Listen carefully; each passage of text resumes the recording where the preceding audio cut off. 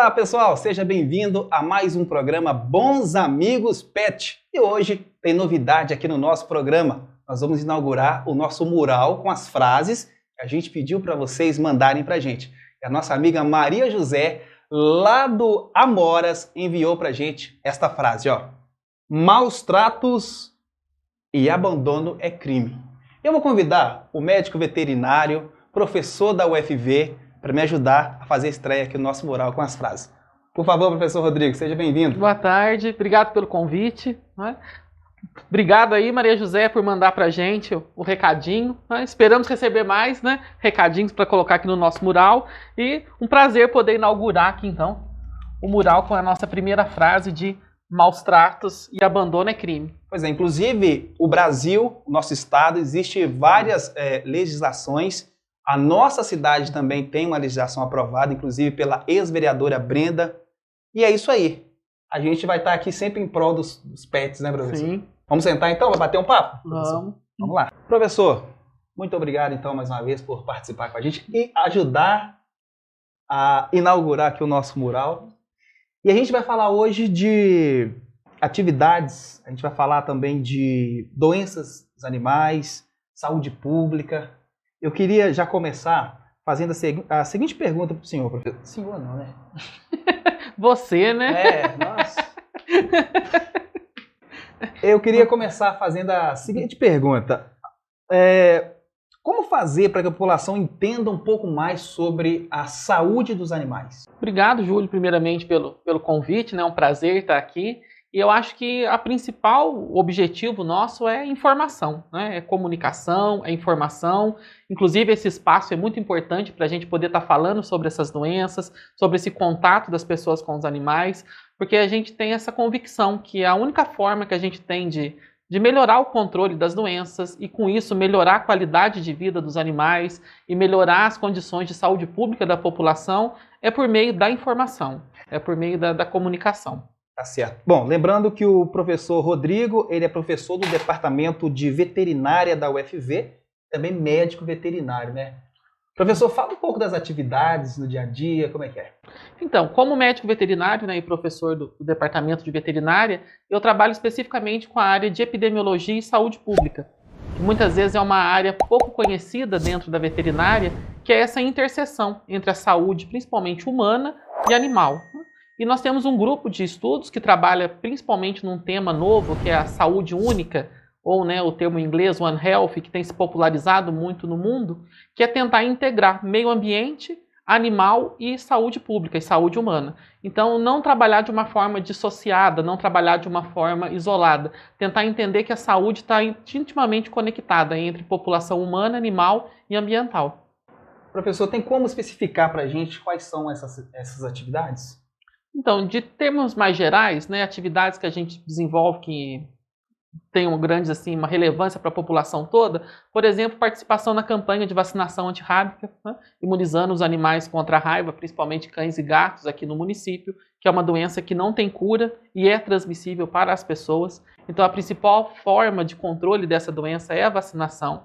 Também as atividades que a gente vem desenvolvendo, por exemplo, agora junto com a ONG ADA, a Associação Defensora dos Animais, nesse último mutirão de castração. Então, a gente teve lá com o nosso grupo de estudantes da graduação, pós-graduação, médicos veterinários residentes, fazendo um trabalho de conscientização sobre as principais doenças. Então, nessas atividades, a gente faz folder, a gente monta stand, a gente conversa individualmente com cada tutor dos animais para tirar dúvidas sobre vacinação, vermifugação, mesmo fazer ali um bate-boca mesmo com esses tutores sobre as dúvidas que eles têm do cuidado com os animais. Porque a gente acredita que a saúde animal ela vai também além só da prevenção de doenças. Né? A gente acredita no bem-estar animal e para isso a gente tem que também trocar essa ideia com os tutores sobre como promover melhor qualidade de vida para esses animais. Professor, a gente vai para o nosso primeiro intervalo, mas eu quero deixar aqui um aviso, um recado muito importante para você que está acompanhando o nosso programa. Ative o sininho das notificações e receba todo o nosso conteúdo, viu? A gente volta já.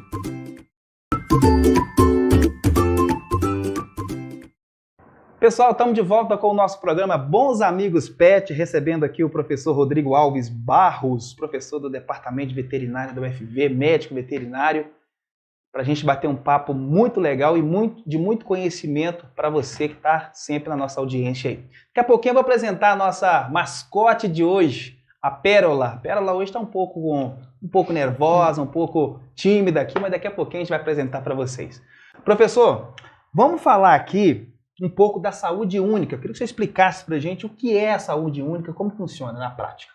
A saúde única, então, é uma tentativa internacional, né, que engloba praticamente o mundo todo, de tentar associar a saúde humana, animal e do ambiente, para que a gente possa tratar todos esses problemas relacionados à saúde de uma forma integrada, sem tentar separar, então, tanto o animal do humano. Por isso única, né? Por isso única, né? O termo One Health, né, em inglês, de uma saúde, né, também é muito comum a gente ouvir. E no caso dos pets, né, são animais que têm um íntimo contato com o ser humano. Então são animais que estão dentro das nossas residências, animais que dormem na nossa cama, animais que têm então um contato muito íntimo com as pessoas. Então a saúde única tenta também entender essa relação das pessoas com seus animais, não apenas na questão da transmissão de doenças, né? No caso das zoonoses, não simplesmente enxergando o animal como um potencial transmissor, né? Porque isso muitas vezes coloca o animal, inclusive, como uma vítima, né? Como um acusado da culpa da transmissão da doença. A saúde única, ela tenta trabalhar, então, mais na questão da promoção da saúde, visando também o bem-estar dos animais, visando a qualidade de vida das pessoas e dos animais e com respeito às questões do meio ambiente. Então, por isso é um tema que o nome é novo, né? O nome saúde única é novo, mas é uma coisa que já está inserido dentro das pautas de saúde pública há bastante tempo. Perfeito. Professor, como identificar... Aliás, existe alguma parceria para identificar essa questão da zoonose? A gente falava isso em off aqui. Fala um pouco para a gente. Essa questão da zoonose em pequenos animais é extremamente complexo, né? Porque a gente não tem um órgão regulador específico para notificação dessas zoonoses em animais de estimação. Então, no caso de um animal de produção, por exemplo, existe, né, em Minas Gerais o IMA, existe o MAPA, né, o Ministério da Agricultura, que dá um suporte maior em relação aos animais de produção. Então, a gente enxergando essa lacuna em relação aos pets, aqui em Viçosa a gente iniciou um projeto já há 2 anos, em parceria com as clínicas veterinárias particulares, para que elas pudessem comunicar, através desse projeto, qualquer caso de zoonose que fosse identificado na sua clínica. Comunicar a quem? Comunicar, a gente faz isso em parceria com a Vigilância Ambiental. Então é um projeto em parceria com a Secretaria de Saúde de Viçosa, e aí eles comunicam através de um formulário próprio de notificação. Então nesse projeto tem, né, integrantes tanto do curso de Medicina Veterinária, quanto integrantes da Secretaria Municipal de Saúde, e a gente está tentando acompanhar, então, a dinâmica dessas doenças no município. E a gente já tem encontrado, por exemplo, gatos com esporotricose, que é uma doença, né, extremamente debilitante para o animal e tem um risco de saúde pública muito grande, e a gente já tem conseguido, então, acompanhar esses casos para poder evitar que isso se prolifere no município, né? Porque é o que acontece muitas vezes na maioria dos municípios, só se toma uma atitude quando a doença já está fora do controle.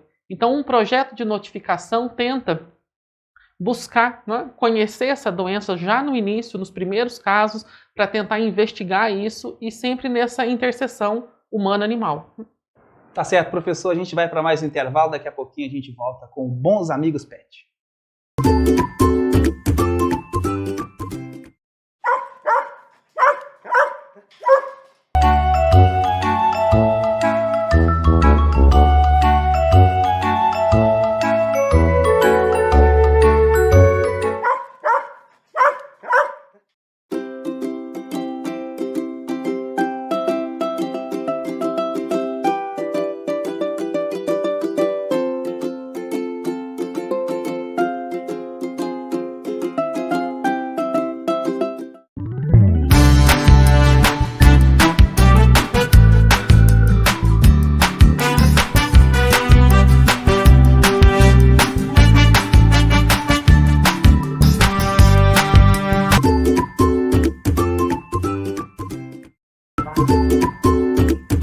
Estamos de volta com o programa Bons Amigos Pet. Queria agradecer os nossos patrocinadores, esses que você vê aí no nosso intervalo.